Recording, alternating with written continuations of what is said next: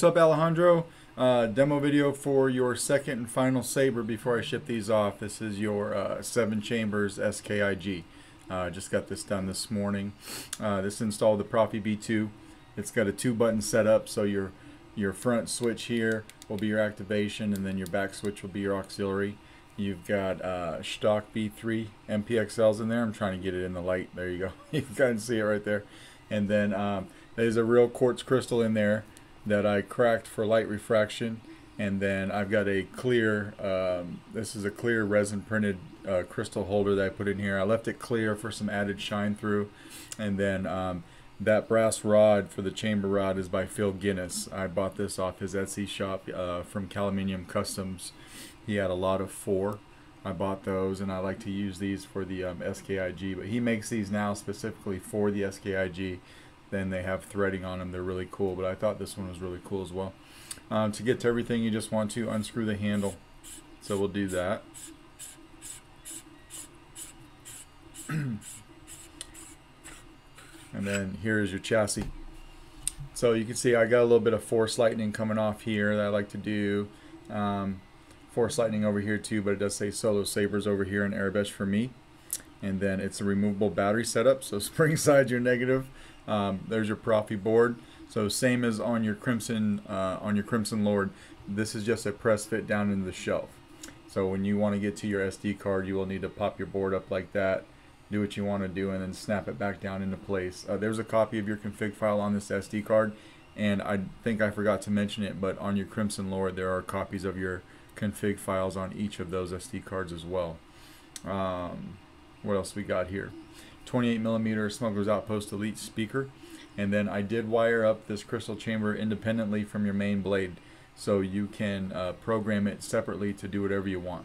And this is your blade retention right here, this black knob on top. We'll get that out of the blade chamber, but that's what you use to lock down your blade. So we'll throw a battery in this guy. Now you'll find, check out that noise. I think Lord Vader's experiment just got loose. When you put this handle onto the chassis, it's extremely tight. Alright, so just wiggle it on there, take your time and screw it in, everything goes in. I make these extremely tight on purpose so that this handle acts as a cover for your battery, and this saber can kind of take a beating if that's what you choose to do. Everything is locked down nice and tight when this handle is in place. I've kind of got your crystal pulsating there when the saber's off. So your LEDs are working good, crystal's working good. We twist off, or we can just hit power and then auxiliary, and then power again to turn it off, and we'll throw a blade in. This also takes a 1-inch diameter NeoPixel blade. Throw that blade in there, lock it down, and we'll turn it on.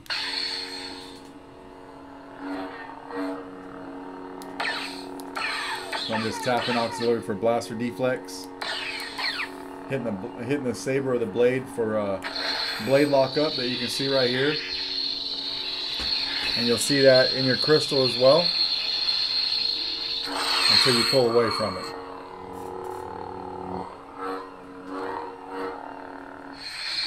And then for your soundtrack, it's the same thing. We'll hold down the power for a second and let go. You could turn this on while that's playing.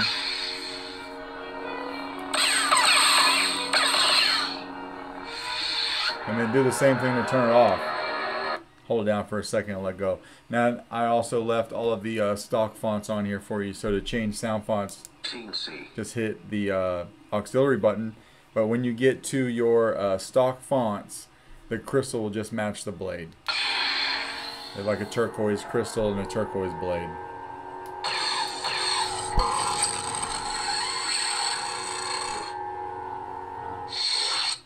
We'll do one more. Smooth Jedi. Now you got a nice blue blade, blue crystal. We'll do a few. Smooth gray. It's more of a fire blade. It's picking up on camera, and then you got that in your crystal as well. Smooth fuzz. Try to get away from a red blade. Actually, this is a good one now. If you want to change the color, hold down your aux and hit power. You'll hear that sound. Now you can twist the saber and change the color to whatever you want. And when you find something, say purple, right? Just tap power, you'll hear that noise again. Now when we turn it back on, it's a purple blade with a purple crystal. Just like that.